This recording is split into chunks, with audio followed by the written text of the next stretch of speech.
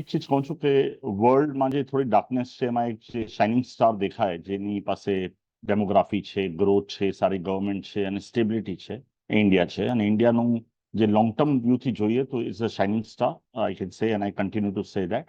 Global slowdown અને global supply chain issue અને trade war will be the larger thing to focus on. અને આ જ્યાર સુધી થોડું આ વોલેટાઇલ માઇન્ડસેટ રહ્યા કરશે મોટા લીડર્સનું ત્યાર સુધી આ વોલેટિલિટી આપણી માર્કેટમાં જોવા મળશે. તો global is a big worry point right now in a broad scenario. આપણે ઇન્ડિયા જોઈએ તો ઇન્ડિયા ફંડામેન્ટલી ઘણું ઇમ્પ્રુવ થયું છે.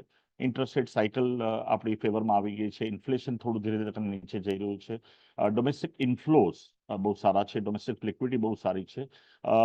વેલ્યુએશન થોડા મોંઘા છે ઇન્ડિયામાં અને અર્નિંગ ગ્રોથ થોડું મોડરેટ છે. એના હિસાબે થોડીક હંમેશા અનસર્ટિનિટી છે. સો બ્રોડલી આપણે જો અત્યારે આપણે એવા બેલેન્સ પર છીએ જ્યાં અમુક ચીજો નેગેટિવ છે, અમુક ચીજો પોઝિટિવ છે.